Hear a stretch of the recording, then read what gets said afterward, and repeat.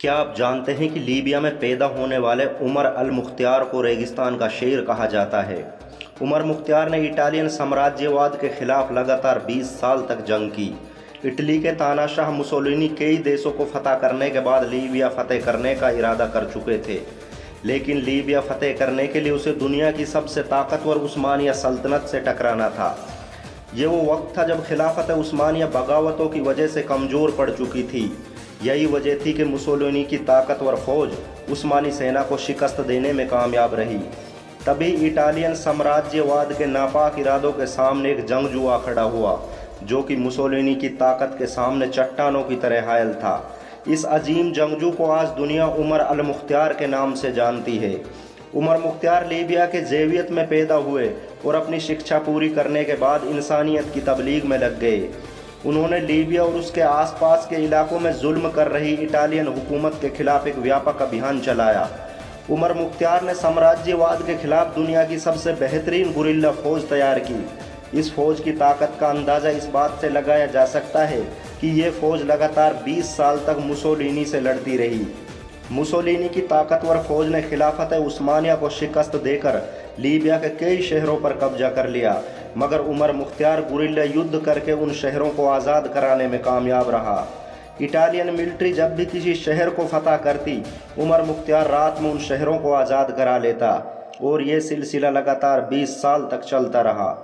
उमर मुख्तियार को शिकस्त देने के लिए मुसोलिनी ने अपनी पूरी ताकत लगा दी।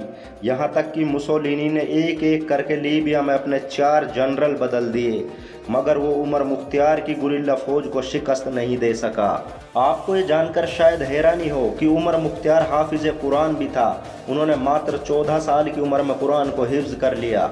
उमर मुख्तियार एक बेहतरीन हाफिज होने के साथ साथ अपने इलाके के बड़े मुस्लिम स्कॉलर भी थे। यही वजह थी कि वो एक इशारे पर बेहतरीन फौज बनाने में कामयाब रहे। उमर मुख्तियार इटालियन फौज पर छापामारी करते और रेगिस्तान में गायब हो जाते। उन्हें दुनिया लैंड ऑफ डिजर्ट के नाम से भी जानती है।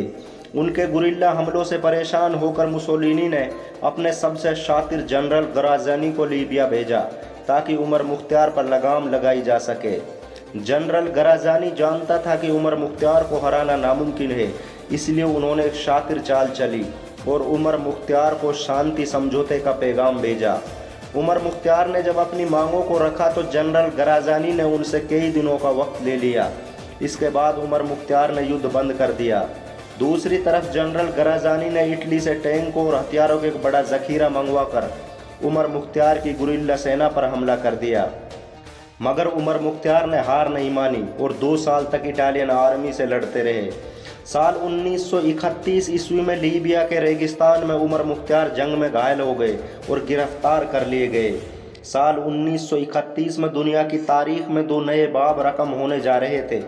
एक तो ये था कि इसी साल हिंदुस्तान की तारीख के 3 महान योद्धा भगत सिंह, सुखदेव और राजगुरु को ब्रिटिश साम्राज्यवाद ने फांसी पर लटका दिया, और दूसरा ये था कि उमर अल मुख्तियार को इटालियन साम्राज्यवाद ने 73 वर्ष की उम्र में फांसी दे दी।